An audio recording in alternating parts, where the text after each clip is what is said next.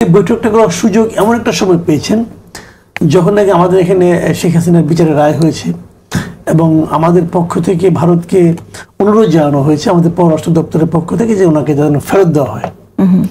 তো এটার জবাব ওনারা যেটা দিয়েছেন ভারতে তাদের কূটনৈতিক ভাষায়, এই ভাষাটাকে এই প্রশ্নের মানে এই যে আহ্বানটা আমাদের পক্ষ থেকে, সে আহ্বানের সুনির্দিষ্ট জবাব বলে আমার কাছে মনে হয় নাই। আমি বুঝতে পারলাম না ওনারা আসলে কি বললেন, আমি বুঝতে পারিনি। তো এটা নিয়ে হয়তো পরবর্তী আরো আলোচনা হতো, কিন্তু এখন অন্য ঘটনার প্রেক্ষিতে, অন্য একটা অনুষ্ঠানে যাওয়ার প্রেক্ষিতে ওনার সঙ্গে ওই যুদ্ধঘরের সাক্ষাৎ হয়েছে এবং উনি এটা নিয়ে কথা তো বলবেন, স্বাভাবিক বলবেন। তো এই সরাসরি বলা আর ওই যে পররাষ্ট্র মন্ত্রণালয়ের মাধ্যমে পাঠানো চিঠি চ্যানেলে বলার মধ্যে ডিফারেন্স আছে, এটা অনেক ডিফারেন্স আছে। যে আমরা হয়তো বুঝতে পারবো কেমন। আমি শুনেছি অনেকে বলেছেন যে উনি নাকি খুবই ক্যারিজমেটিক ক্যারেক্টার, খুব সুন্দর করে মানুষকে প্রভাবিত করতে পারেন। এখন উনি আসলে কতটা ক্যারিজমেটিক আমি মনে হয় ওনার প্রমাণ দেওয়ার এই সুযোগ, একটা সুবর্ণ সুযোগ উনি পেয়েছেন। যদি উনি কিছুই করতে না পারেন তাহলে বোঝা যাবে যে ওনার এই ক্যারিশমা আসলে ইন্ডিয়ার জন্য খুব একটা কার্যকর না, অন্য কোনো জায়গায় জন্য হতে পারে, আমি যাই না। এটি তার প্রথম পরীক্ষা এবং আমি আশা করবো পরীক্ষা উনি ভালোভাবে পাস করেন। ওসমান হাদি, আমি আপনার মন্তব্য শুনি যে অজিত দোভালের সাথে খলিলুর রহমানের যে বৈঠক হচ্ছে, উনি যখন দিল্লি গেলেন, যাওয়ার আগেই কিন্তু আমরা অনেক সমালোচনা শুনেছি যে ভারত বিরোধিতার কথা বলে, এত ভারত বিরোধিতার কথা বলে ভারতেই তিনি কেন গেলেন, এমনও শুনেছি যে হাসিনাকে গেছেন যখন হাসিনাকে আনতে হবে। এখন আপনার কি মনে হয় যে তিনি আসলে কতটুকু সফল হতে পারেন? আসলে তিনি কতটুকু সফল হবেন এটা তো তিনি যখন ব্যাক করবেন, তিনি কেন তারই যাওয়াকে নিয়ে আপনার মন্তব্য, তিনি যখন ব্যাক করবেন তখন তো আমরা দেখব। প্রথমত হলো যে আসলে আমি যেটা মনে করি যে এটা খুবই সিগনিফিকেন্ট একটা সময় ওনার সফরটা হলো। অফকোর্স বাংলাদেশের মানুষের তো ধরেন বিএনপি, জামাত ইসলামী বা অন্যান্য সব দল মিলিয়েও একসাথে যেটা জনমানুষের প্রত্যাশা, যদি খলিলুর রহমান সাহেব ফাঁসির দণ্ডপ্রাপ্ত হাসিনাকে ফিরিয়ে আনতে পারেন। এখন প্রশ্ন হলো আসলে পারবেন কি পারবেন না, এর চেয়ে আমি এটাকে আরেকটু বাহির থেকে দেখতে চাই। সেটা হলো আমি মনে করি ইন্ডিয়া যদি হাসিনাকে বাংলাদেশে ফেরত দেয়, গুড অ্যান্ড ফাইন, এটা তো বিরাট ব্যাপার। যদি নাও দেয় তাহলে বাংলাদেশের লাভ। এইটা হলো দুটো ব্যাপার। প্রথম ব্যাপার হলো দেখেন, এই সম্ভবত একটা ঐতিহাসিক গ্রাউন্ড তৈরি হলো ইন্ডিয়ার বিরুদ্ধে বাংলাদেশের। প্রত্যেকটা ইন্টারন্যাশনাল ফোরামে, কমিউনিটিতে প্রতিদিন বলতে পারবার যে ভারত আমার ফাঁসির দণ্ডপ্রাপ্ত আসামিকে আশ্রয় দিয়ে শুধু রাখে নাই, তাকে ভীষণভাবে সমাদরে রেখেছে এবং Bangladesh will take the upper hand on India. বাংলাদেশের এই আপার হ্যান্ড নেওয়ার সুযোগ, গত 15 বছরে আপার হ্যান্ড তো দূরের কথা, দেখেন লেন্দুদ্দর্জির কথা আমরা বলি না, এবং মনে আছে বেগম জিয়ার এই কথাটা আমার, এবং বাংলাদেশের মিডিয়া আজকে তারাই তো এখন খুব বিএনপির সাপোর্টার হয়ে উঠেছে। হাসিনা ক্ষমতায় আসার 1 বছর পর ইন্ডিয়া সফর করেছিল, তার প্রথম সফর। বেগম জি একটা স্টেটমেন্ট দিয়েছিলেন যে যদি দেশের ভালো কিছু হয় সে নিয়ে আসতে পারে, ওয়েলকাম করব, আর যদি দেশের জন্য কোনো খারাপ চুক্তি করে আসে বা গোপন চুক্তি করে আসে আমরা পথে কাটা বিছিয়ে দেবো। আমার খুব শব্দটা মনে আছে। বাংলাদেশের পত্রিকাগুলো পরের দিন এটার বিশ্লেষণ বার করেছে, বেগম জিয়া যে পথের কাটা বলেছেন এর মানে কি, তিনি কি তার পথে পথে বোমা ছুড়বেন? এর মানে ওই যে 21শে আগস্ট গ্রেনেড হামলায় বোমা উনি মেরেছিলেন, সেই বোমায় কি মারবে? দেখেন এই পলিটিক্যাল রিটোরিককেও বেগম জিয়াকে বোমা মারা পর্যন্ত নিয়ে গেছে এই মিডিয়াগুলো। এখন তারা ভীষণ আবার বিএনপির বন্ধু হচ্ছে। মানে বিএনপির ব্যাপারে আমাদের আফসোসটা কি দেখেন, বিএনপি তো বড় দল হিসেবে সব থেকে বড় মাতলুম দল, মানে দলের স্কেল হিসেবে অফকোর্স। কিন্তু আপা যেটা বললেন, আমরা বিলিভ করতে চাই বিএনপির স্ট্যান্ড এইটা, আর বিএনপির এই স্ট্যান্ডটা যতদিন থাকবে তার সাথে বাংলাদেশের মানুষ থাকবে। কিন্তু বিএনপির কেউ কেউ যদি আওয়ামী লীগের ভোট ব্যাংক, অফকোর্স জামাতের কথাও বলছি, কিন্তু আমি জামাতের সাথে বিএনপির এই জায়গাটা বলতে চাই না কেন, দেখেন জামাত তো একটা ক্যাডার বেসড পার্টি, তার অনেক বেশি মানে তার হিসাবটা ভিন্ন। কিন্তু বিএনপি তো বড় অর্থে গণদল এবং সব থেকে বড় দল বাংলাদেশের। যখন আওয়ামী লীগ ক্ষমতা ছিল তখনও বিএনপি সব থেকে বড় দল। তো বিএনপির তরফে যদি গুরুত্বপূর্ণ জায়গা থেকে এই দেখেন, আপনি একটা খেয়াল করবেন, এই যে আমাদের আন্তর্জাতিক অপরাধ ট্রাইব্যুনাল যে রায় দিল, এটা নিয়ে অলমোস্ট কোনো একাডেমিয়া থেকে বা গুরুত্বপূর্ণ জায়গা থেকে এর তদন্ত প্রক্রিয়া কেউ কিন্তু প্রশ্নবিদ্ধ করে নাই, তার সর্বচেষ্টা। কিন্তু বিএনপির একজন ধানের শীষের মনোনয়ন নিয়ে, ওনাকে আমি বিএনপির বলি না, আমি বলি ছাত্রলীগের ফজলুর রহমান সাহেব, উনি বিএনপিতে পড়েছেন। এখন কিশোরগঞ্জে যেহেতু বেশি ভোটার ওনার আওয়ামী লীগের, হামিদুর রহমান সাবেক রাষ্ট্রপতি ওনার, এখন উনি ওইখানে উইন করবার জন্য, উনি এই ভোটের রাজনীতিটা করবার জন্য দেখেন কিভাবে প্রশ্নবিদ্ধ, মানে তার যে জেস্টার, তার যে আদালত নিয়ে কথা, এটা তো প্রশ্ন করবার স্পেস তৈরি করে দিচ্ছে, এবং সেখানে তিনি আবার মুক্তিযোদ্ধা কার্ড খেলছেন। আমি একজন মুক্তিযোদ্ধা হিসেবে মানতে পারি না হাসিনার মানে কি, এটা কিসের সাথে কিসের তুলনা? হাসিনার কোন ট্রাইব্যুনাল, হাসিনার এস্টাবলিশমেন্টে শহীদের পরিবারের সামনে রায় হয়েছে। এবং আমি আপনাকে দায়িত্ব নিয়ে বলি, আমরা প্রসিকিউশনের সাথে বারবার বলবার চেষ্টা করেছি, আইনের বাইরেও তো আমরা দেশের সিটিজেন হিসেবে কিছু বোঝাপড়া থাকে, যে এই যে তদন্ত সংস্থা অথবা যে পুরো জার্নিটা, এইটা ইন্টারন্যাশনাল যে কোনো কোর্টের বাইরে কোনো রায় হবে না। আপা আছেন, আপারা নিশ্চিতভাবে বলতে পারবেন, আপা তো আইনের মানুষ। তো আমি বরং বলা যে এই যে ফজলুর রহমান সাহেব, উনি যে ওনার কনস্টিটিউয়েন্সিতে জেতার জন্য আওয়ামী লীগের ভোটের রাজনীতি করতেছেন, কিন্তু বিএনপির এটাও কিন্তু আপনাদের পারসেপশন যে উনি শুধু ভোটের রাজনীতি শুধুমাত্র ওনাকে তো দল এর আগে উনি জুলাই নিয়ে কটু মন্তব্য করেছিল, এবং এটাকে বিএনপি অফিসিয়ালি আমলে নিয়ে কিন্তু ওনাকে ওনার ব্যাপারে স্টেটমেন্ট নিয়েছিল। এরপর আমরা দেখলাম ওনাকে নমিনেশন দেওয়া হয়েছে, ফাইন, ওকে, এটা সমস্যা নাই। কিন্তু ওনার এই বক্তব্য বিএনপির অন্যান্য কনস্টিটিউয়েন্সিতে যে ইম্প্যাক্ট করবে, এইটা বিএনপি অফিসিয়ালি না মানলে বিএনপি না বুঝলে আমার কোনো সমস্যা নাই, কারণ আমি তো আর বিএনপির অ্যাডভাইজার না। আমাদের যেটা জায়গা, আমরা ন্যূনতম যারা ইনসাফের পক্ষে, জুলাইয়ের পক্ষে, জুলাই বলতে ইনসাফের পক্ষে, জুলাইয়ের তো ভিন্ন কোনো পক্ষ নাই, সবাই জুলাইয়ের পক্ষে, সেটা আমাদের কমন জায়গা হলো হাসিনার যে জায়গাটা। দেখেন, বাংলাদেশের এই সর্বপ্রথম সুযোগ এসছে ইন্টারন্যাশনাল আমি তো মনে করি এই যে আমাদের দ্বিতীয় দিন যেই ফর্মাল লেটারটা পররাষ্ট্র মন্ত্রণালয় থেকে ইন্ডিয়া দেওয়া হয়েছে, আপনি কি চিন্তা করতে পারেন যে 15 বছরের মধ্যে, গত 15 বছর এরকম একটা মজবুত স্টেটমেন্ট নিয়ে ইন্ডিয়াকে চিঠি দিতে ইস্যু করতে পারে বাংলাদেশ? এই গার্ডসটা আমরা দেখতে পারতে চাই। এই ইন্টারিম যেটুকুন শুরু করলো, ধরেন ইন্টারিমের হাজার ব্যর্থতার পরে আমি যে জন্য তাকে কনগ্রাচুলেট করতে চাই, তার আমলে সে কিলার হাসিনার ভার্ডিক্টটা দিতে পেরেছে। এবার পরবর্তী যারা ক্ষমতায় আসবে তাদের উপর দায় বর্তাবে। ধন্যবাদ হাদি, আমি আবারও আসবো আপনার কাছে। মাসুদ কামাল, আমি একটু শুনে নিতে চাই এই প্রসঙ্গে আপনার মন্তব্য। পিনাক রঞ্জনের কথাটা যেটি তিনি বলেছেন যে আমরা হাসিনাকে মৃত্যুর মুখে ঠেলে দিতে পারি না, এছাড়াও ভারতীয় গণমাধ্যম যেভাবে আসলে দেখছে এই বিচারকে, আপনি আপনার মূল্যায়ন কি? ভারত তাদের মতো দেখছে। ভারত শেখ হাসিনাকে ভালোবাসে। এখন ভালোবাসার অনেক সময় কারণ লাগে না, তাও ভালোবাসে, বাট এটা কারণ যথার্থ কারণই ভালোবাসে।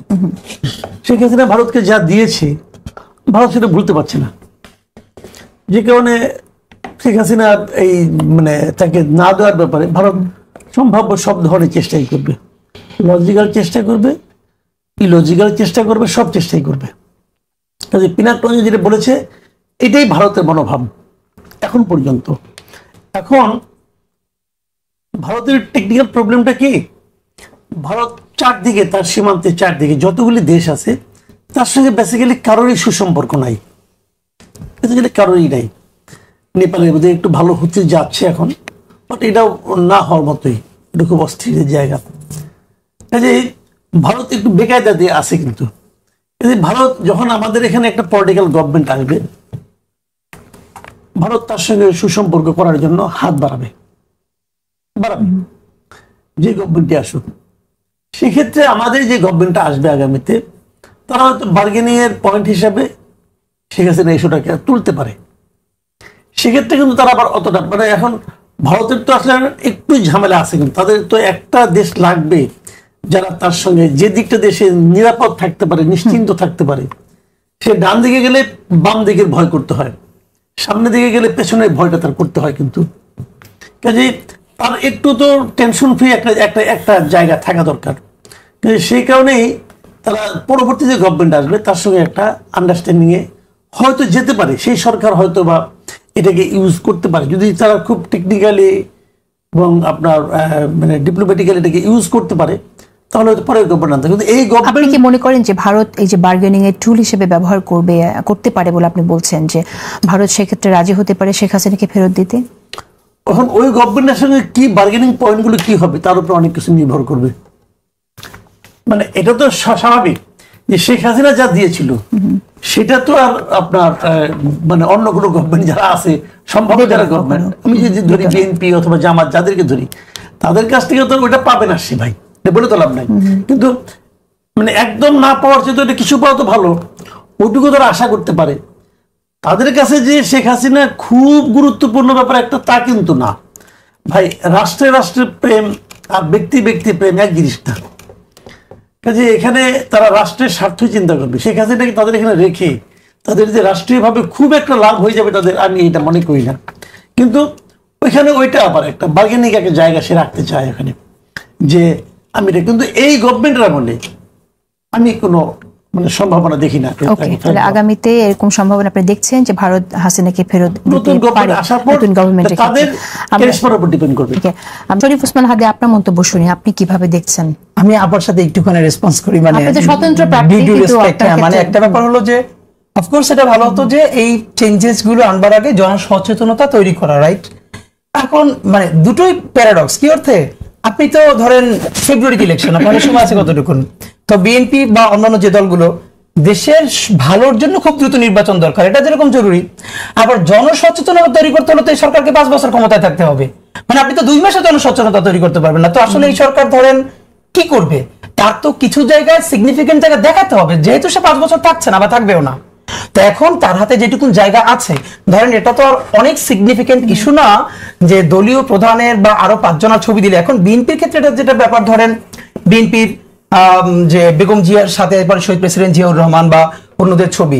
এখন আমরা আমাদের একটা মুশকিল হলো, ধরেন আমরা যখনই এটা নিয়ে আলাপ করি, মানে we are focusing only on BNP. মানে বিএনপি ছাড়াও তো পলিটিক্যাল পার্টি আছে, হয়তো তারা লার্জেস্ট পার্টি না অফকোর্স, কিন্তু তাদেরও তো সাপোর্ট আছে, তাই না? তো এখন তারা কি এটা অপোজ করছে কিনা? তো এখন ব্যাপার হলো আমরা তো বরং বলি যে পোস্টারে, আমি দেখেন আপনি আমার একটা টক শোটা প্রচুর মানুষের কাছে পৌঁছেছিল। আমি আরো 6 মাস আগে মিস্টার তারেক রহমানকে অ্যাড্রেস করে বলেছিলাম যে প্লিজ আপনি পারলে একটা জিনিস করলে বাংলাদেশে অনেক বিরাট পরিবর্তন হবে, যে একমাত্র বিএনপির পার্টি যে পোস্টার করবে, পার্টির পোস্টারের বাইরে কোনো ব্যক্তিগত পোস্টারে বেগম জিয়ার ছবি, আপনার ছবি, শহীদ প্রেসিডেন্ট জিয়াউর রহমানের ছবি থাকতে পারবে না। প্রত্যেকটা দলের করা উচিত। কেন? এলাকার যে লোকটা ড্রাগ ডিলার, যে মাদক ব্যবসার সাথে জড়িত, সেই লোকটা হুট করে একটা এতদিন ছিল ধরেন একদল, এখন আবার একদল, এটা শুধু বিএনপির কথা বলছেন, সব দলে একই প্রবলেম। সে করবে কি, শহীদ জিয়ার ছবি দিবে, বেগম জিয়ার ছবি দিবে, তারপরে তার নিজে, এর মানে নিজের সমস্ত অপরাধ ওই ছবিগুলোর মধ্যে সে একটা জাস্টিফিকেশন তৈরি করে, একটা লেজিটিমেসি পায়। তো সেটা কেন তারেক রহমান সাহেব কলুষিত হতে দিবেন? এটা একটা প্রশ্ন।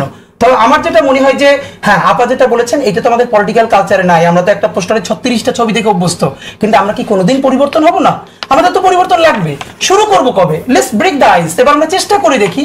এরপর যদি আমরা চেষ্টা করে ভালো করতে না পারি, তাহলে যদি বিএনপি সরকার গঠন করে, তারা আবার আইন ভেঙে ফেলবে, আবার নতুন করে করবে। আরেকটি পরিবর্তন এসেছে, যেটা নিয়ে আমরা জানি যে বিএনপির দিক থেকে এটা আপত্তিও জানানো হয়েছে, পরিবর্তন সংশোধনের জন্য বলা হয়েছে। সেটা হচ্ছে যে জোটে থাকলে, জোটে গেলে পরে সেখানে নিজেদের প্রতীক নিয়ে নির্বাচন করতে হবে। ওয়েলকাম করেছি। ওকে, কিন্তু এখানে আমি একটু জানতে চাই জনগণের আসলে কি লাভ হয় তাতে, এবং এই যে অনেকগুলো দলের গণতন্ত্রের কথা যেটা আমরা বলি, সেক্ষেত্রে একটা সমালোচনাও আছে, সেটা হয়তো খুব বেশি বান্ধব হবে না। তো আপনার মানে জনগণের কি লাভ হয়, এই প্রশ্নটা হলো এরকম প্রশ্ন যে আসলে বাংলাদেশে কোনো কিছুতে কোনো কিছু জনগণের লাভ হয় না। এটা হলো প্রথম কথা। এই যে আপনি আমার সাথে টকশো করতেছেন, এতে জনগণের লাভ হয় কি? এতে তো আমি এখন এখান থেকে টাকা নিয়ে যাবো আর আমার মানুষ দেখবে না, কিছু লাভ হয়। তারপর যদি লাভ হয়, এর মানে আমাদের তো কিছু চেঞ্জেস এর জায়গায় যেতে হবে। ফ্যাক্ট হলো, আপনারা যদি আমরা সিদ্ধান্ত নিই যে বাংলাদেশে অলওয়েজ পার্টি থাকবে 2টা বা 3টা, বাকি বড় মাছগুলো সব ছোট মাছকে খেয়ে ফেলবে, তাহলে তো আমাদের এমন সিস্টেম আমেরিকার মতো হতে পারে, 2 পার্টি পলিটিক্স, 2 পার্টি সিস্টেম আছে তো অনেক দেশে। কিন্তু আমরা এই যে দলগুলো সবাই কিছু ছোট ছোট দল পালার পরে কি করে অন্য করে গ্রো করতে দেই না, একটা জোট করি। এবং যেটা হয়, ধরেন আমি যদি ধানের শীষ বা দাঁড়িপাল্লা নির্বাচন করতে চাই, এখানে 2টো অপশন আছে। আমি যখন তার সাথে জোট করবো একক দলের হিসাবে একজন, তখন শুধু ওই মার্কাটা আনার জন্য আমি অনেক টাকায় প্রতীকটা কিনতে চাইবো, আমার ব্যক্তি ক্যাপাসিটি দেখানোর দরকার নাই। কারণ আমি জানি আমি যদি কোনোভাবে ধানের শীষ নিয়ে আসতে পারি, আগে যেরকম সবাই নৌকা নিত, যে নৌকা নিতে পারলেই পাস, আমি যদি দাঁড়িপাল্লা নিতে পারি তাহলেই পাস। এখন যেটা হবে, যে জোটে যাবে, ধরেন বিএনপি যাকে এবার যারে চাইলে বিএনপি চিন্তা করবে আমি তারে আমার জোটে নিলাম, কিন্তু ওই লোকটার কি ওই ক্যাপাসিটি আছে উঠে আসার? জামাত চিন্তা করবে যে আমি যে তার সাথে জোট করবো, আমি তো তার আমার মার্কা তারে দিতে পারবো না, তার মার্কাই করতে হবে। এর মানে এই বড় দলের বাইরেও যে কিছু ভাইব্রেন্ট গ্রুপ আছে, তারা গ্রো করবার সুযোগ পাবে। এখন যদি আমরা তাদেরকে গ্রো করতে না দেই, তাহলে আমরা অন্য পার্টিগুলো বাদ দিয়ে দেই, তাহলে বহুদলীয় গণতন্ত্র বলার দরকার আচ্ছা, নেই। ঠিক আছে, আমি আসবো আপনার কাছে। মাসুদ কামাল, আপনার মন্তব্য শুনতে চাই। এটা আপনি জানেন যে বিএনপি স্ট্যান্ডিং কমিটির মেম্বার সালাউদ্দিন আহমেদ বলেছেন এটা বহুদলীয় গণতান্ত্রিক চর্চার ক্ষেত্রে এটা প্রতিবন্ধকতা হতে পারে। এই যে আপনার জোটে গেলেও তাদের নিজেদের ছোট ছোট দলগুলো তাদের প্রতীকে নির্বাচন করতে হবে। একটা কাজ করতে পারে, মানে হাদি যেটা বললো, আমি হাদির সঙ্গে একমত, মানে জোটের প্রতীকের ব্যাপারে আমি একটা প্রস্তাব দিতে চাই। যদি কেউ জোটের প্রতীকের নির্বাচন করতে চায়, আমি ধানের শীষ নিয়ে করবো, তাহলে তার দলের যে প্রতীকটা, এই প্রতীকটা বাতিল করে দেখ। এক্স্যাক্টলি। ওই প্রতীক দেশে কি করবে? ওটা কি ঘরের মধ্যে বান্ধায় রাখবে? ইউজটা কি তার? সে তো একটা প্রতীক ঝগড়া করে নিছে না? যেমন ধরেন আপনি অনেক ঝগড়াঝাটি করে এনসিপি একটা প্রতীক পেয়েছে। একসময় যখন যেমন ধরেন দাঁড়িপাল্লা একসময়, এখন ধরেন আপনি না আমি বলি মাসুদ কামাল, আমি একটু বলি এখানে, যেমন দাঁড়িপাল্লা একসময় যখন জোট করেছে তখন ধানের শীষ নিয়ে নির্বাচন করেছে, আজকে যখন পরিবর্তিত হলো তখন দাঁড়িপাল্লা নিজেদের মার্কা নিয়ে করছে। আমি একটু বলি, এটা কিন্তু তখন জামাত ইসলাম নিষিদ্ধ, মানে তাকে এই থেকে তার মার্কা সরিয়ে দেওয়া হয়েছে 18 নির্বাচনে। ডাক্তার এখন এর মানে কি, ধরেন আমরা যদি সেটাই রাখি তাহলে কি আমরা নতুন কোনো ভাবে গ্রো করব না? মানে এই আমি সেটাই বুঝতে চাচ্ছি যে সাধারণ মানুষের কি পাবে এখান থেকে আসলে। জায়গাটা বলি, মনে করেন এনসিপি শাপলাতে শাপলা কলি পেল, তারপরে এখন তারা বিএনপির সঙ্গে জোট করলো, জোট করে তারা ধানের শীষ ইলেকশন করলো। তাহলে শাপলাগুলো যদি এত আন্দোলন করার দরকারটা কি ছিল? না একসময় এই শাপলাগুলি নিয়ে তো গ্রো করবে।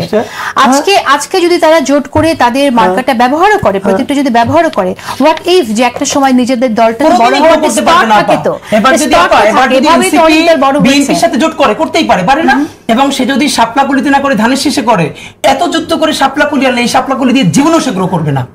এবং অন্য সকল পার্টি চায় তুমি যাতে গ্রো না করো, তোমার আমার মতো করে ব্যবহার করবো, এই জন্য যে আমার মার্কাতেই তোমার আসতে হবে, এটা সকল বড় পার্টির চাওয়া। ওকে, তো সেক্ষেত্রে এখন আসলে নির্বাচনের রূপটা কিরকম হবে? আমরা তো জোট নিয়ে অনেক কথা শুনছি যে কে কার সাথে জোট করবে।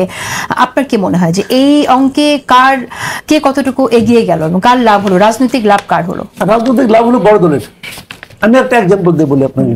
ধরেন আমার যে এলাকা, আমার যে নির্বাচনী এলাকা ধানমন্ডিতে, ওখানে ধরেন আপনার বিএনপি তো ওখানে কাউকে নমিনেশন এখনো দেয় নাই, ধরলাম উনি জোটের কাউকে দিলেন একজনকে, সে লোক তার মার্কা নিয়ে নির্বাচন ওখানে করে। ওখানে বিএনপির 2 জন খুব বড় প্রার্থী আছে, খুব সিরিয়াস প্রার্থী আছে, ওদের মধ্যে যদি যে কোনো একজন স্বতন্ত্র দাঁড়ায় যায় তাহলে কি হবে? ওখানে যে বিএনপির যে সলিড ভোটগুলো, তারা কেন্দ্রে যে ধানের শীষটা পেল না, ব্যালটে ধানের শীষ নাই, বিএনপি লোকটাকে নমিনেশন দেয় নাই, তো ধানের শীষ না সে কি করবে? প্রথম সে দেয় ধানের শীষ খুঁজবে। অনেক প্রত্যন্ত মানে অশিক্ষিত লোকজন আছে ওখানে মোহাম্মদপুর এলাকায়, তারা প্রতীক ছাড়া কিছু বুঝে না। এখন যখন সে ধানের শীষ না পাবে তখন সে কি করবে? তখন সে কিন্তু জোটের লোকটাকে ভোট দিবে না, বরং ওই তাদের যে স্বতন্ত্র দাঁড়াবে তাকেই ভোট দিবে। এটাতে লাভ হবে ওই বড় দলটার। আচ্ছা, আর এই ছোট দলের বড় নেতা, এই জন্য সে এমপি হচ্ছে, মন্ত্রী হচ্ছে। যেমন আগেরবার দেখলাম মেনন সাহেব, ইনু সাহেব জীবনে এমপি হইতে পারতো না ভাই। তার ঢাকার মতো জায়গা থেকে মেনন সাহেব 2 বার এমপি হয়েছে, জীবনে এমপি হইতে পারতো না। অন্য অফিস কাছে হারছিল সে একবার, গোলাপ ভারত তার কাছে হারছিল। তো এটা তো সেই লোক, এত বিরাট নেতা, আন্তর্জাতিক পর্যায়ের নেতা। তো ওই নেতাগিরিতে কাজ হবো না। আপনি জনগণের সঙ্গে সম্পৃক্ত হন, জনগণের সঙ্গে বেশেন। আমার তো বয়স হয়তো বুড়ো হয়ে গেছে এখন। আমার ছাত্র জীবন থেকে দেখতেছি যে রাশেদ খান মেনন তার দলের মূল নেতা, একমাত্র নেতা, আর কোন নেতাই নাই। তো এই নেতাতে আমি কি করবো ভাই? নেতাতে কি করবো? মানুষের সঙ্গে মিশলে পরে যদি জনগণের মাঝখান থেকে নেতৃত্ব বেরিয়ে আসে, জনগণ আপনাকে নেতা বানাবে, দরকার নেই কোনো কিছু।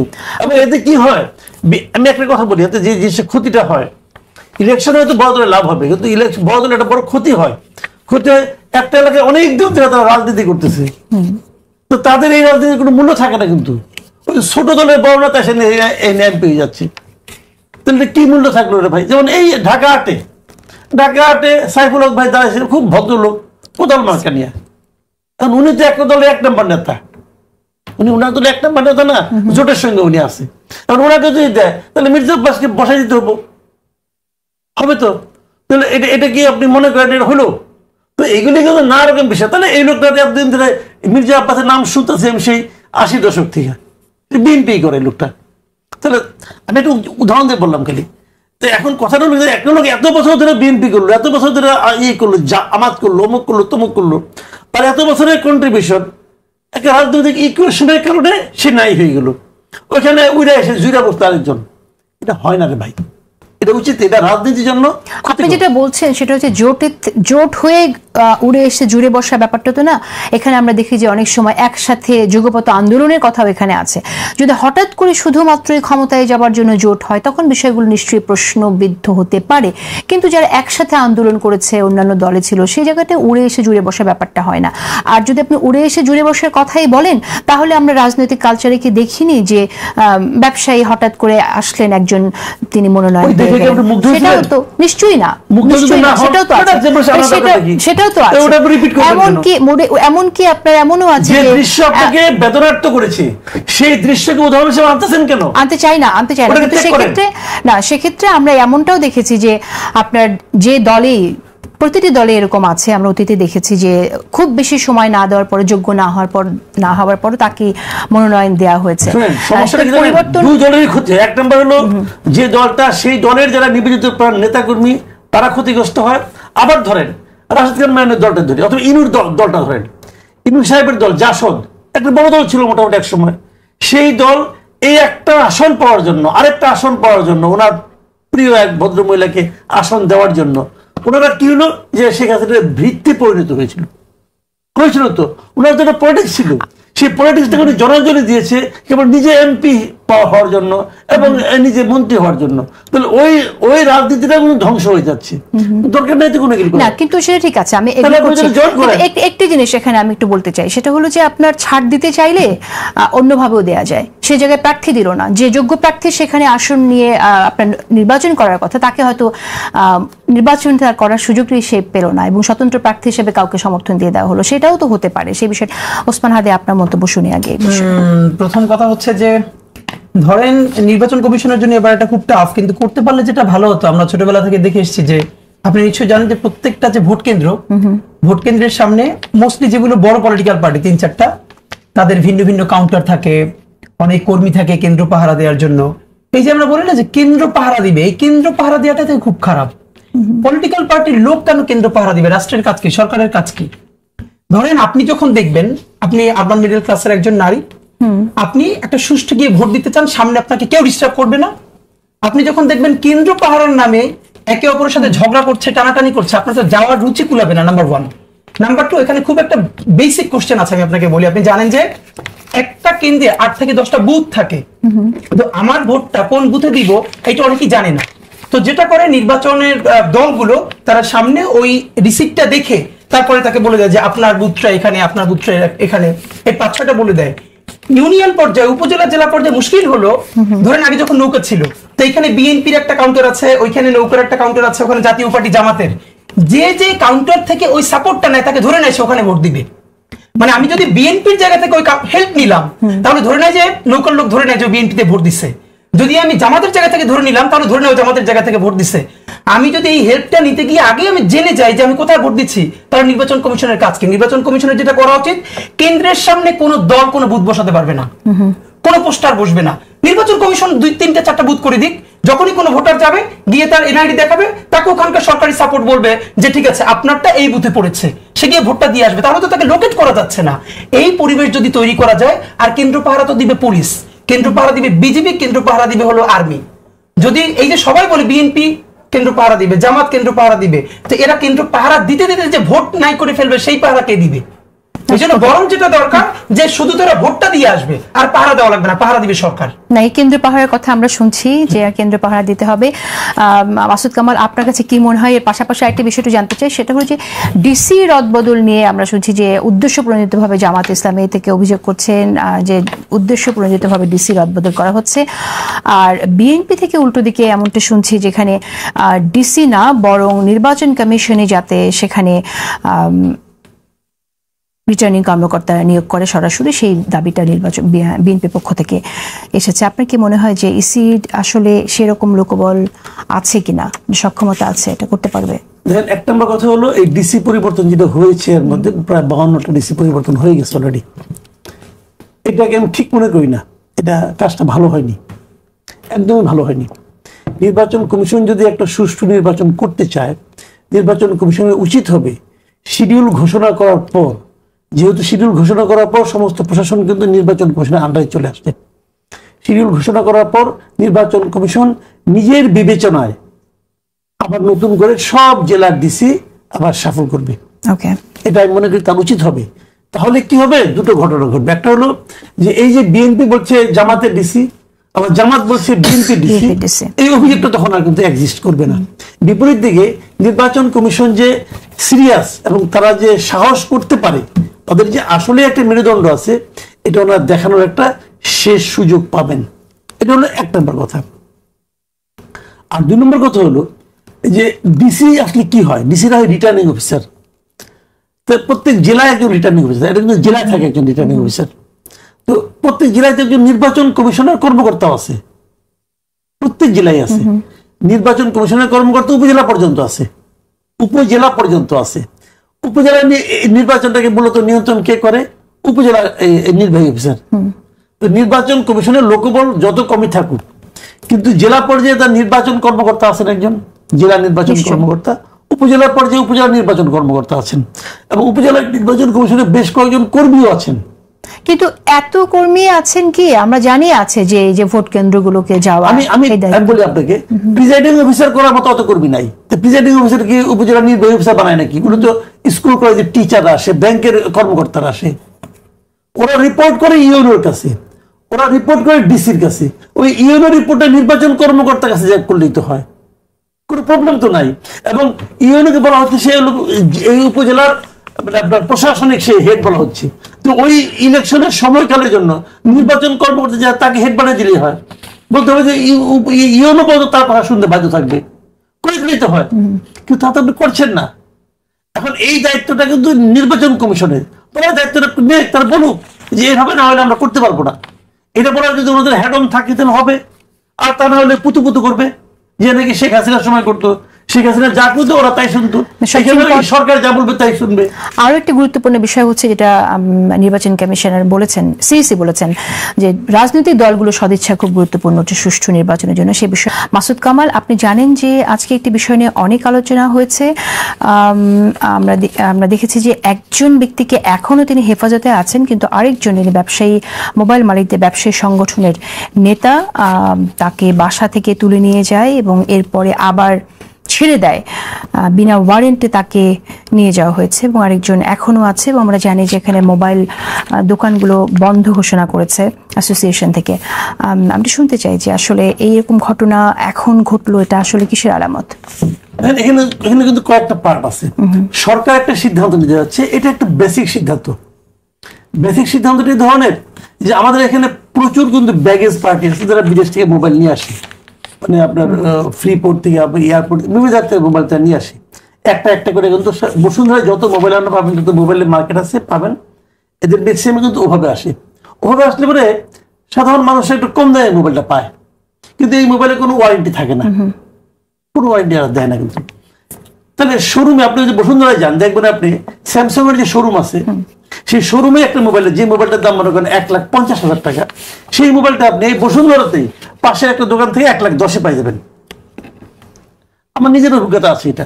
তাহলে আপনি পাবেন কিভাবে? কারণ শোরুম করে কি, সেই মোবাইলটার মধ্যে ট্যাক্স আছে, তার সে গভর্নমেন্টকে ট্যাক্স দিয়ে মোবাইলটা বিক্রি করে, আর ও তো ট্যাক্স দিয়ে বিক্রি করে না, ওটা কিন্তু ব্যাগেজ পার্টির মাধ্যমে আসে। যে এখন এই জিনিসটাই বলতে যাচ্ছি গভর্নমেন্ট, যে যখন আপনি মোবাইলটা কোন জায়গা থেকে কিনবেন আগামী মাসের 16 তারিখের পরের থেকে, তখন আপনাকে আমাদের দেশে রেজিস্টার করতে হবে। ওই রেজিস্ট্রেশন ছাড়া আপনি কোনো মোবাইল ব্যবহার করতে পারবেন না।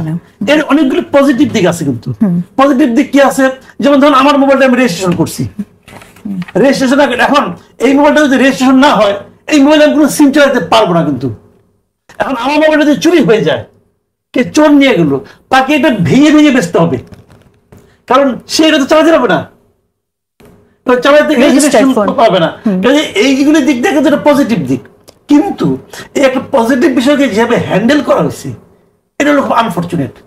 হ্যান্ডেল হলো যারা এখন এই ব্যবসাগুলো করতেছে তাদের পক্ষ থেকে একটা প্রেস কনফারেন্স, এটা কি সুবিধা অসুবিধা, সুবিধা দুইটাই আছে। তখন মোবাইল আবার দাম বাড়ে যাবে, তখন আমি আর 1,10,000 দিয়ে কিনতে পারবো না, 1,40,000 দিয়ে আমাকে কিনতে হবে।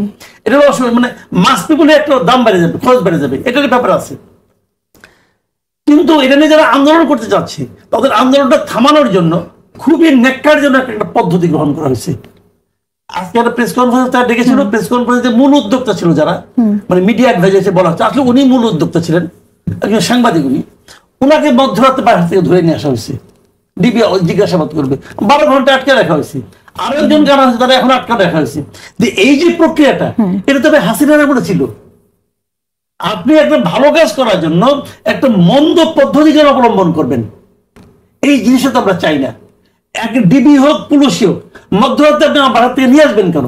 কোন আইনি এটাকে আপনি করে যে আপনি অস্ত্র সহ গ্রেপ্তার করেন, আমি যে আপনি জীবনের জন্য হুমকি, এক কথা কেন করবেন আপনি? এটা করতে পারেন না আপনি, কিন্তু এটা করছে। এবং কেন করছে ডিবি স্বীকার করবে না। এবং এটা সবাই জানতে পারতেছে যে এই সংবিধানিক উপদেষ্টা আছেন, উনি এই কাজটা করেছেন। এখানে আবার এক ধরনের কনফ্লিক্ট অফ ইন্টারেস্টের কথা শোনা যাচ্ছে, সেটা হলো এই যাদের স্বার্থ রক্ষিত হবে যে কোম্পানিগুলো, তাদের একজনের মালিক নাকি আবার ওই উপদেষ্টার মানে বাল্যবন্ধু। তো এখানে অনেক কিছু কাহিনী আছে, এটা শুনতেছি আমরা। তো এইগুলো আমার কথা হলো কি, আপনি ভালো কাজ ভাই করা দরকার। তা নাহলে আমি যদি সবাই যদি মোবাইল বিল আনে, যদি কেউ ট্যাক্স না দেয়, সরকারের তো ইনকামের দরকার আছে, তাই না? সবগুলি মিলে মিশে একটা করতে হবে, আলোচনার মাধ্যমে করতে হবে। এই বিষয়ে প্রধান উপদেষ্টার ডাক, টেলিযোগাযোগ ও তথ্য প্রযুক্তি মন্ত্রণালয়ের দায়িত্বপ্রাপ্ত বিশেষ সহকারী ফয়জ আহমেদ সাহেব তিনি একটি বিবৃতি দিয়েছেন এই বিষয়ে এবং লিখেছেন যে একজন সাংবাদিককে ডিবি জিজ্ঞাসাবাদের ঘটনায় আমাকে জড়িয়ে সোশ্যাল মিডিয়াতে অপপ্রচার চলছে। আজ সকাল থেকে সবার আগে আমি স্পষ্টভাবে এবং জোরালো ভাষায় বলছি, সাংবাদিককে আটক বা জিজ্ঞাসাবাদের ঘটনায় আমার কোনো ধরনের ভূমিকা নেই।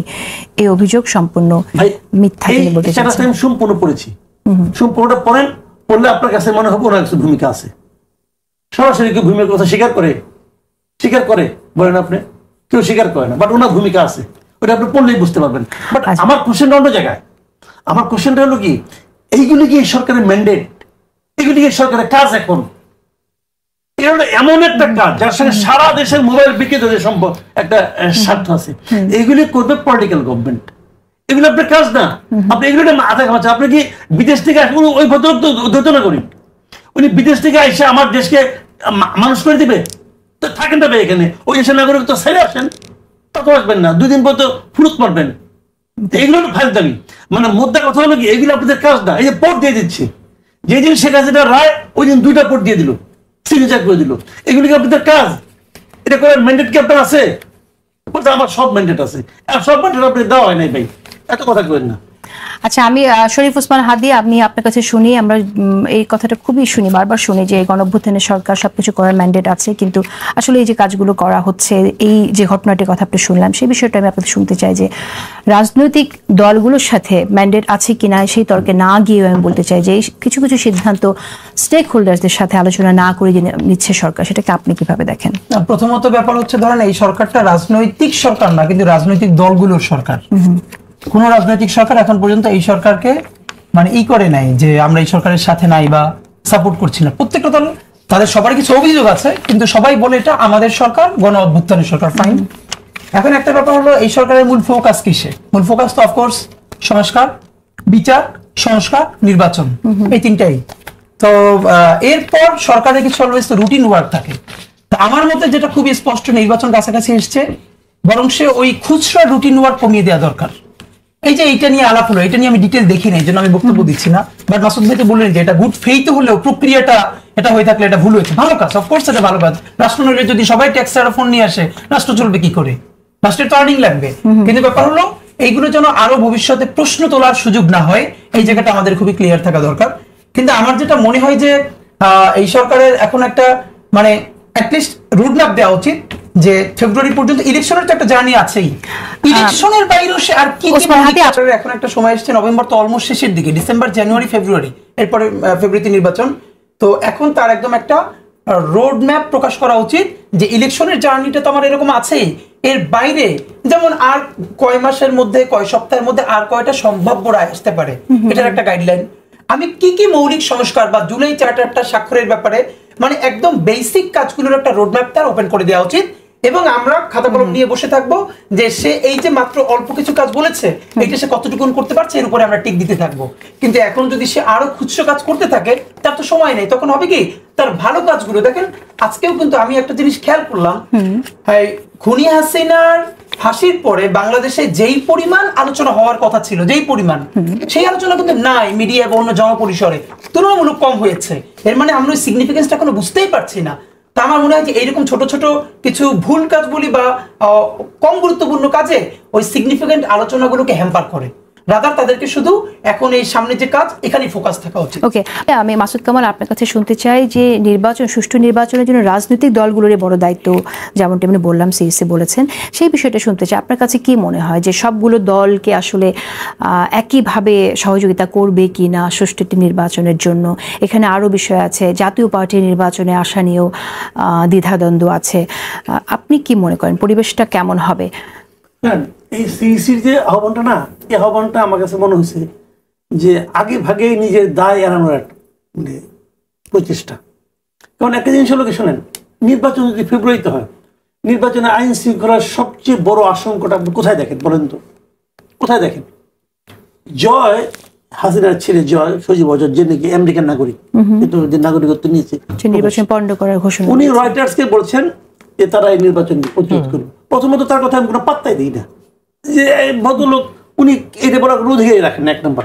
2 নম্বর হলো মায়ের বেটা হিসেবে আমি একটা পাওয়ার খাটাইলাম। আচ্ছা, আপনি খাটাইলাম, ওনার কথা অনেকে আবার নাচে। আচ্ছা, না নাচলো, যদি তারা প্রতিহত করতে যায়, তাহলে আপনি আমাকে বলেন এই ইলেকশন কমিশনের যে বক্তব্য, এই বক্তব্যের অর্থটা কি? বিএনপি যে নাম বলে সেটা ফাইট করবো? এটা কি বিএনপির কাজ? নাকি জামাত যে ফাইট করবো? কেউ তো ফাইট করবে না। এই আওয়ামী লীগ যদি এটা নির্বাচনকে থামাতে যায়, তারা অস্ত্র নিয়ে যায়, যেমনি যায়, জেমে যায়, এটা ফেরানোর দায়িত্ব হলো গভর্নমেন্টের। গভর্নমেন্ট এমন একটা পরিবেশ ক্রিয়েট করবে যে পলিটিক্যাল পার্টিগুলো শান্তিপূর্ণভাবে তার নির্বাচনী প্রচারণা চালাতে পারবে, তার দেশ চালানোর জন্য সে কি কি করতে চায় সেই দিক নির্দেশনা জনগণের সামনে দিতে পারবে, এবং তারা শান্তিপূর্ণভাবে ভোট দিতে পারবে। এই পরিবেশটা তৈরি করবে গভর্নমেন্ট এবং নির্বাচন কমিশন। এখানে তো পলিটিক্যাল পার্টিগুলো কোনো ভূমিকা নেই। ধরা যাক ওই ইলেকশনের দিন বিএনপির একজন কর্মী এত বড় একটা রামদাও নিয়ে ঘুরতেছে, তো বললেন ভাই তুমি এটা কেন ঘুরতেছো? ওই আওয়ামী লীগকে ফেরানোর জন্য, প্রতিরোধ করবার জন্য। এটা কি হইলো ভাই? এটা হইলো কি বলে এই ভদ্রলোক? আমি বুঝি না কিছু। মানে এই লোকগুলো হয়েছে কি, ওনাদের তো ওনার সচিব ছিলেন এক সময়, বয়স হয়ে গেছে, অবসরপ্রাপ্ত এখন। ইলেকশন কমিশন, ইলেকশন কেমনে কে করতে হয় এটা একটু অভিজ্ঞতা তো অর্জন করতে হবে। ইলেকশন কমিশনকে এমনভাবে বলতে হবে যে আপনারা নির্বাচনটা করেন, আপনারা কোনো রকম মারামারি করবেন না, মারামারি করলে কিন্তু আমি অ্যাকশন নিব, কথা পরিষ্কার। সেইটা না বললে আমরা তোমরা ফিরাও, ওরা কেমনি ফিরাবো? প্রধান উপদেষ্টা জানিয়েছেন গণভোট এবং জাতীয় সংসদ নির্বাচন একই দিনে হবে, ঘোষণা দিয়েছেন তিনি। এরপরও আমরা দেখছি এই দাবিটা আছে নির্বাচনের আগে গণভোট সহ 5 দফা দাবির যে 7 দিনের কর্মসূচি, এটাকে আপনি কিভাবে দেখছেন? দেখেন, প্রত্যেকটা পলিটিক্যাল পার্টির তো নিজস্ব একটা জায়গা থাকে। সুতরাং জামাত ইসলামী তার জায়গা থেকে যদি এইটাকে সামনে নিয়ে যায়, তার তো ওই রাইট আছে। আবার জামাত ইসলামী যদি দেয় 7টা প্রোগ্রাম, বিএনপির রাইট আছে 14টা প্রোগ্রাম দেওয়ার। এটা নিয়ে আমার যেটা সেটা হলো আমাদের পলিটিক্যাল ভ্যাকুয়ামটা তৈরি না হয়ে যায়। এই যে ধরেন জামাত ইসলাম যে প্রোগ্রাম দিচ্ছে, বিএনপি যদি একটু অসুবিধায় পড়ে, বিএনপি প্রয়োজনে ডাবল প্রোগ্রাম দিবে। এটার মধ্যে বরং আমি একটা ডিউটি দেখি, সেটা হলো এদেশে একটা ন্যারেটিভ বিল্ড করবার চেষ্টা করছে, সেটা হলো আওয়ামী লীগ না, একটা ভ্যাকুয়াম তৈরি হয়ে গেছে। এইটা না, বরং এই পলিটিক্যাল পার্টিগুলো সহিংসতার আগ পর্যন্ত তুমুল প্রতিদ্বন্দ্বিতা করুক, স্মার্টলি কার্ড খেলুক, প্রচন্ড বিতর্ক করুক। এতে হবে কি, আমাদের পলিটিক্যাল যে ভ্যাকুয়ামটা ছিল এই জায়গাটা তো পূর্ণ হয়ে যাবে। এই পলিটিক্স আমরা দেখতে চাই। কোথায় আপনার কাছে কি মনে হয় যে কেমন হতে পারে সামনের নির্বাচন, এবং সেখানে সংকট থাকলে কোথায় সেই সংকট? না, সংকটটা হবে এটাই যে আসলে যেমন এটা আমি আপনাকে শুধু বলে রাখি যে প্রধান উপদেষ্টা সম্ভবত বলেছিলেন যে বডি ওয়ার্ন ক্যামেরা 40,000 কিনবার জন্য, কিন্তু সেটা এখন সেখান থেকে চলে এসছে। আমি বুঝি না মানে, এবং আমরা একটা প্রপোজ করেছিলাম যে প্রত্যেকটা কেন্দ্রে সিসি ক্যামেরা। সেখানে আপনাকে বলে রাখি যে ইলেকশন কমিশন থেকে জানানো হয়েছে এইটা নাকি দরকার নাই, খরচ হবে। মানে হলো আপনি ইলেকশন কমিশন কেন সিসি ক্যামেরা দিবে না? আপনি যদি স্মার্ট হন, এই প্রত্যেকটা কেন্দ্রের সিসি ক্যামেরাকে আপনি স্কুলে ব্যবহার করতে পারবেন, আপনি রাস্তা, ইউনিয়ন, বাজারে ব্যবহার করতে পারবেন সিকিউরিটির জন্য। ধরেন কিছুর জন্য ব্যবহার করতে পারলেন না, আপনি দেশে ধার করে এনেও হাজার হাজার কোটি টাকা এটা করবেন। কেন করবেন?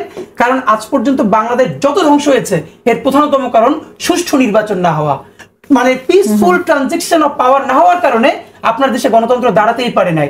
আপনি এই যে ইলেকশন কমিশন বলছে না যে এত এত টাকা লাগবে, আপনি এটা গিয়ে কালকে একটা প্রপোজ করেন যে ভালো ইলেকশন কেমনি হয় এইটা বোঝার জন্য আপনাদের পুরো ইলেকশন কমিশনের আগামী 2 মাসে 10টা দেশ ঘোরা দরকার, আমেরিকা, ইংল্যান্ড। তারা উঠে বলবে হ্যাঁ এটা ভালো কথা, তাতে যত টাকা যাক। কিন্তু আপনি যখন সিসি ক্যামেরার কথা বলবেন, বলবে টাকা যায়। আপনি বডি ওয়ার্ন ক্যামেরার টাকা কি আপনার যায়? রাষ্ট্র দাঁড় করানোর জন্য, ভালো নির্বাচনের জন্য করবেন, আপনি স্মার্টলি হ্যান্ডেল করলে আপনি ক্যামেরাগুলো সব কাজে লাগাবেন। সেইটা না করে তারা টাকা, কিন্তু নিজেরা ঠিকই পারলে এখন সব দেশ ঘুরে আসবে। এসবে আসলে ভালো নির্বাচন হবে না। অফকোর্স আমাদের দাবি হলো বডি ওয়ান নির্বাচনী ব্যয়টাও একটা ব্যাপার, আমরা জানি পার পার্সন 10 টাকা একটা নির্ধারণ করে দিয়েছে, এটাকে আপনি ফালতু কথা, মানে আপনি যেটা করতে পারবেন না এটা না আইনে রাখলে আইনের নিজস্ব স্পিরিট নষ্ট হয়। ধরেন পার পার্সন 10 টাকা অথবা আবার ম্যাক্সিমাম 25 না 30 লাখ টাকা। আপনি কি বাংলাদেশে কোন পৌর মেয়র 10 কোটি টাকার নিচে গত 15 বছর নির্বাচন করে না? পৌর মেয়র, কাউন্সিলররা খরচ করে 10 লাখ টাকা ন্যূনতম। তো আপনি কোন এমপি কি এটা করতে পারবে? আবার আচ্ছা ধরেন আপনি এটা প্রমাণ রাখবেন কেমনে যে আপনি বললেন যে আমি 25 লাখ টাকার বেশি খরচ করলাম কিনা, এখন আমার টাকা কি প্রতিদিন নির্বাচন কমিশনের অ্যাকাউন্ট থেকে নিয়ে খরচ করব? মানে সেটা তো আপনি করেন নাই, তাইলে আপনি তো এটা করতে পারবেন না। শুধু শুধু এটা কেন রাখলেন? রাদার আপনি আরেকটু ফ্লেক্সিবল করেন যাতে আরেকটু ধরা যায়। ওকে, আমি শেষ করে দেবো মাসুদ কামাল আপনার মন্তব্য নিয়ে। হাদি ইলেকশন করতেছে, আমি ওকে পছন্দ করি। হাদি বলছে যে ঠিক আছে, মানে 3 লাখ লোক 10 কোটি টাকা করে আমি 30 লাখ টাকা খরচ করবো। কারণ আমি হাদিকে যাই, হাদি জিতু, কারণ আমি হাদির জন্য কিছু খরচ করলাম। হাদি বলবো আমি তো আপনি খরচ করতে বলি নাই ভাই, করলেন কে? ও তো বলবো আমি তো কই নাই, কারণ আমার কে খরচ করে আমি কি করবো? এখানে আমাদের এটা করা যেতে পারে, আমি আপনাকে বলি, আপনি বরং যেটা করতে পারেন টাকার লিমিটেশনের থেকে ফোকাস না করে আমি কি কি করতে পারবো না, যেমন আমি 10টার বেশি বিলবোর্ড লাগাতে পারবো না, আমি যাচ্ছে তাই পোস্টার লাগাতে পারবো না, আমি এত বেশি বাইক নিয়ে মহড়া দিতে পারবো না, তাহলে অটোমেটিকলি টাকার খরচ কমবে। কিন্তু আপনি ওটা না করে যদি ওই জায়গায় ধরে রাখেন তাহলে এটা তো বাস্তবায়ন করতে পারবেন, শুধু শুধু আইনের মেরিট। ধন্যবাদ।